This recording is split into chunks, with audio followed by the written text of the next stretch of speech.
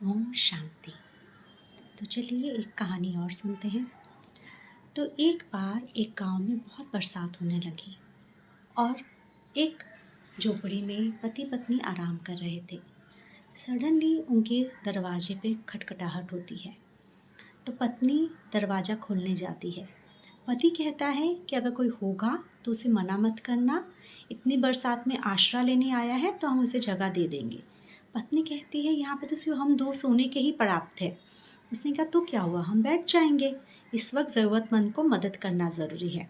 दरवाज़ा खोलते हैं तो एक सज्जन मदद के लिए ही आया होता है। वो रास्ता भटक चुका होता है, उसे अंदर आने के लिए कहा जाता है। अंदर आते हैं, तीनों जन बैठ के बातें करने लगते हैं। फिर से दरवाजे पे खटखटाहट होती है। पत्नी कहती है अब क्या करें। पति कहते हैं उसे भी बुला लो, उसके लिए भी जगह है थोड़ी सी, वो भी बैठ जाएगा।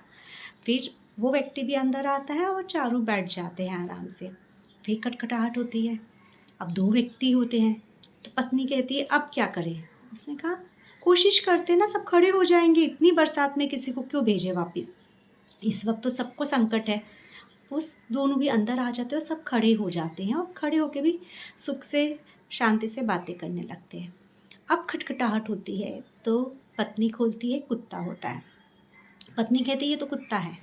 पति कहता है इसने अपना काम किया, उसने दरवाज़ा खटखटाया, वो आवाज़ भी दे रहा है, तो हमें इसके साथ भी वही व्यवहार करना चाहिए जैसे मैंने बाकी लोगों के साथ किया है। क्योंकि हम दरवाज़ा व्यक्ति या जानवर के लिए नहीं खोल रहे, हम अपने हृदय से खोल रहे हैं। तो वो उसे भी अंदर आने देते हैं और इस तरह से रात भर सब उसी हालात में रहते हैं और दूसरे दिन सब अपने अपने घर चले जाते हैं।